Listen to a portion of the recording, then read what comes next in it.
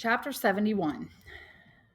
The first thing Danglars did on awakening the next morning was to breathe in order to assure himself that he had not been wounded. This was a means he had found in Don Quixote, the only book he had read of which he remembered anything. No, he said to himself, they've neither killed me nor wounded me, but have they robbed me?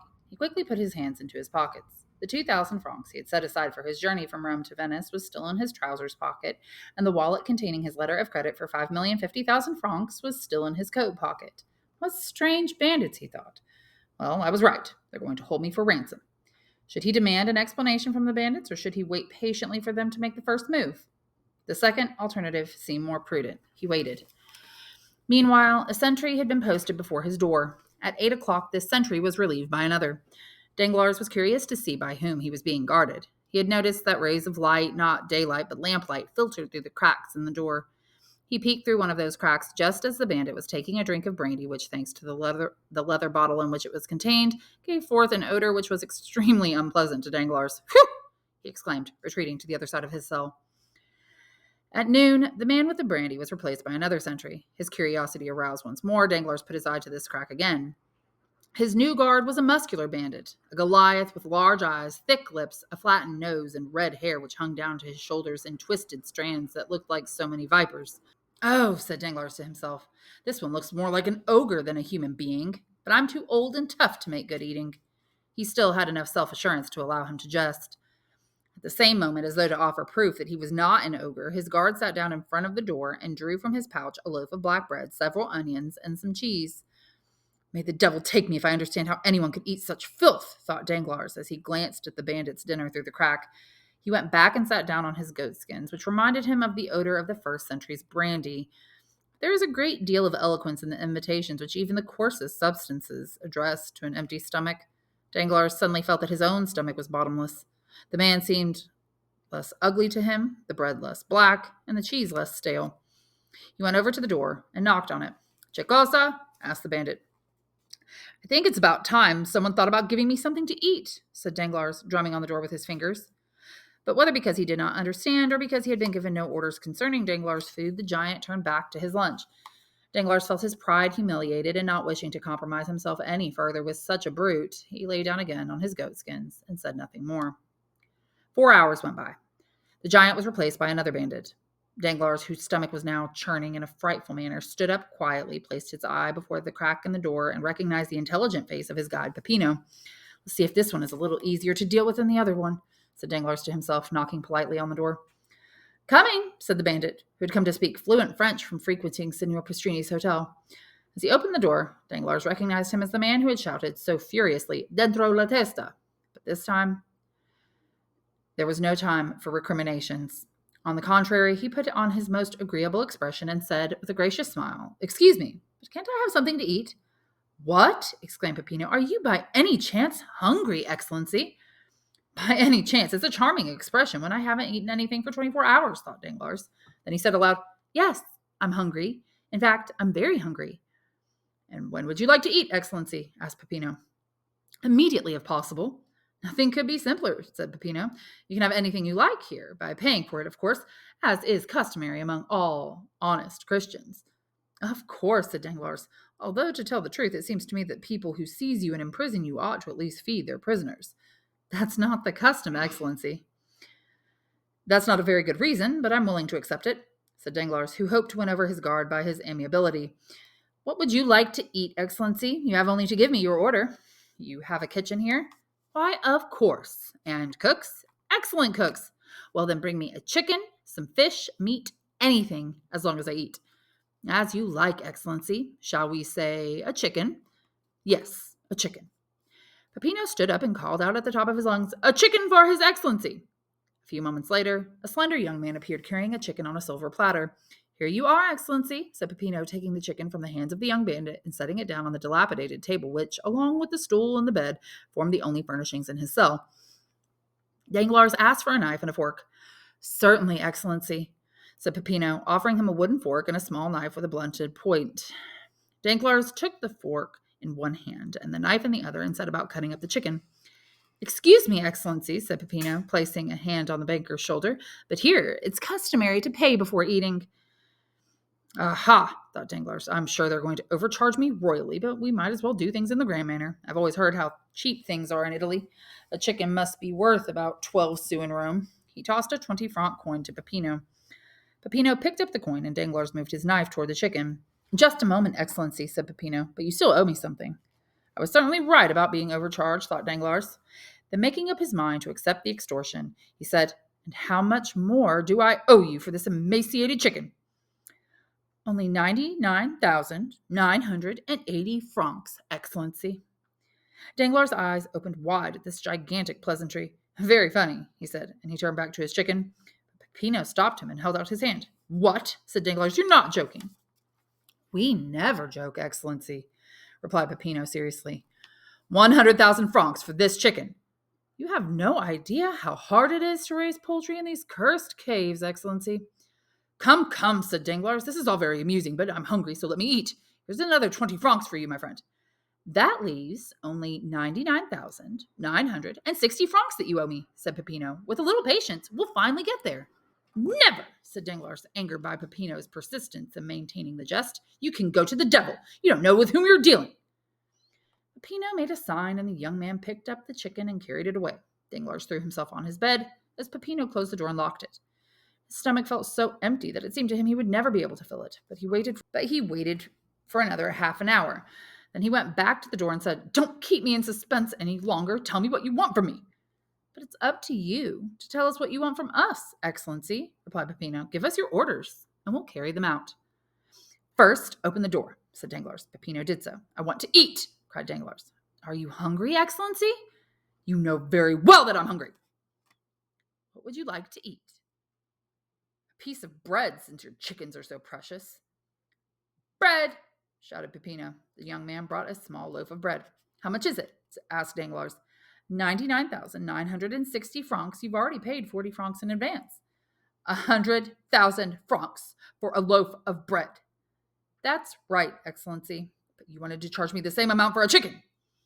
We don't serve a la carte here, Excellency. No matter what you eat, it's always the same price. You still insist on your stupid joke. Why don't you admit you want me to starve to death and get it over with? Not at all, Excellency. It's you who want to commit suicide. You can eat if you pay for it. But what can I pay you with, you idiot? Cried Danglars, beside himself. Do you think I carry around 100,000 francs in my pocket? You have 5,050,000 francs in your pocket, Excellency, said Peppino. That's enough for 50 chickens at 100,000 francs each, and a half a chicken at 50,000. Danglars shuddered. His eyes had just been opened. It was still a joke, but he had finally understood it. We might add that it no longer seemed as silly to him as it had before. All right, he said. If I give you 100,000 francs, will you let me eat all I like? Of course. But how can I give it to you? Asked Danglars, beginning to breathe more freely. It's quite simple.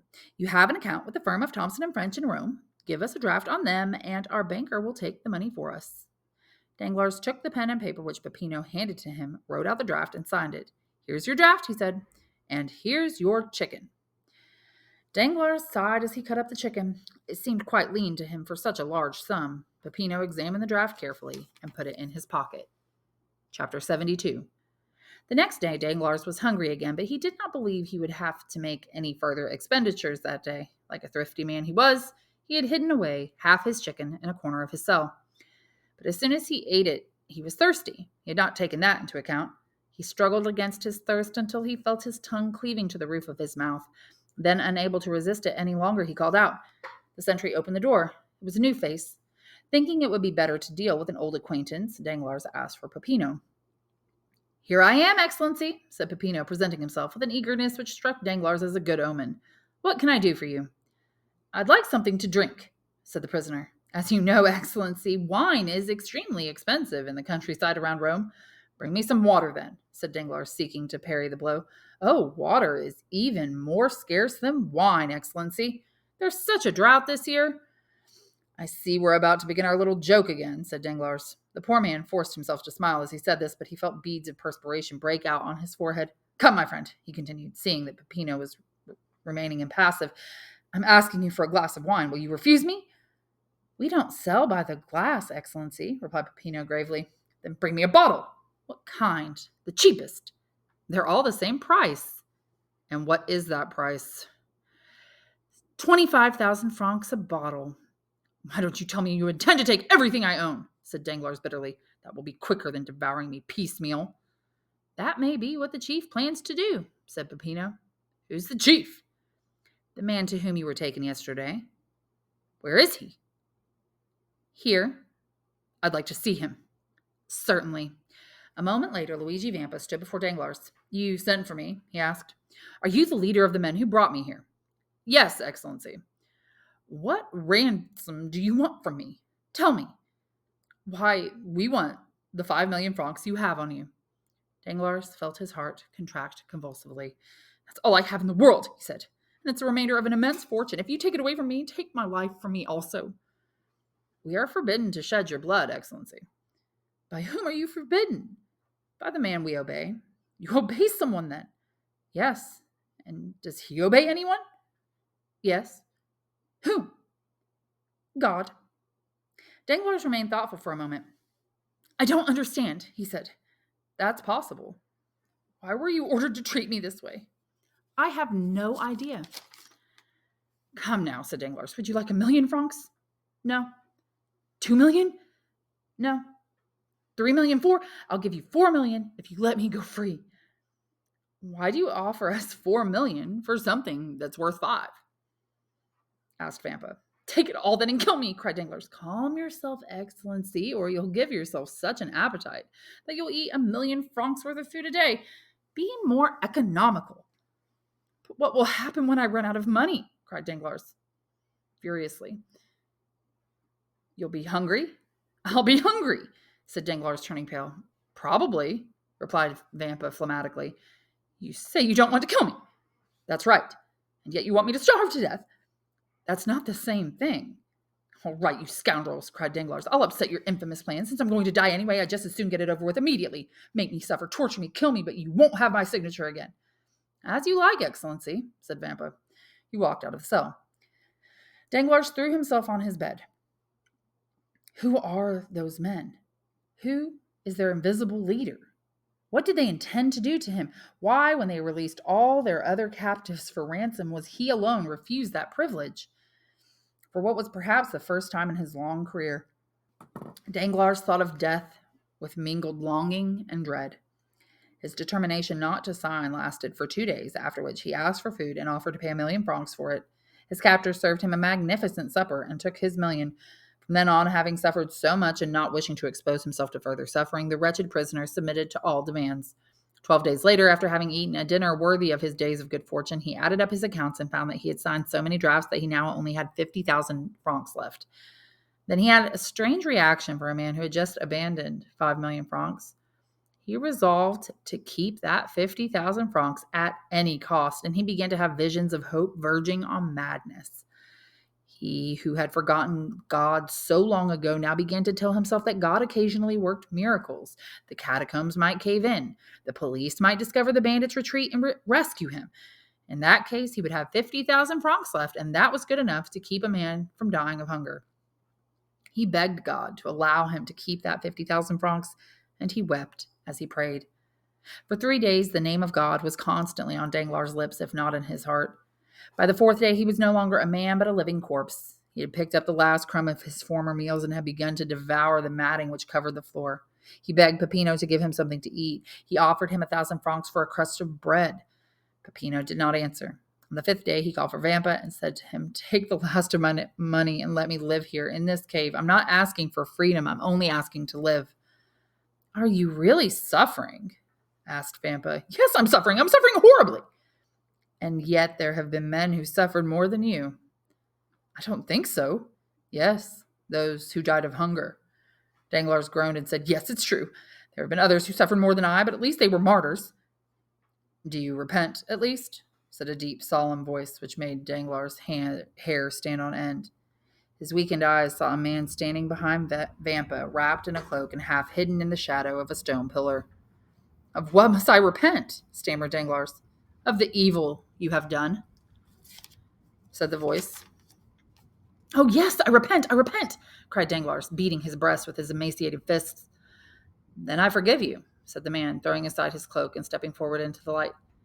The Count of Monte Cristo, gasped Danglars, now as pale from terror as he had been from hunger and misery a moment before. You're mistaken. I'm not the Count of Monte Cristo. Who are you, then? I'm the man you betrayed and dishonored, the man whose fiancée you prostituted, the man on whom you trod on the way to fortune, the man whose father you caused to die of hunger, the man you condemned to die of hunger, but who now forgives you because he himself needs to be forgiven. I am Edmond Dantès. Danglars uttered a cry and fell to the floor. Stand up, said the Count. Your life will be spared. Your two accomplices weren't so lucky. One of them is insane, and the other is dead. Keep the 50,000 francs you have left. I make you a gift of it. But as for the 5 million you stole from the hospitals, I've already given back the money anonymously. Now eat and drink. You'll be my guest this evening, Vampa. When this man has recovered his strength, release him. Danglars remained prostrate as the Count walked away. When he raised his head, he saw nothing but a shadow vanishing down the corridor.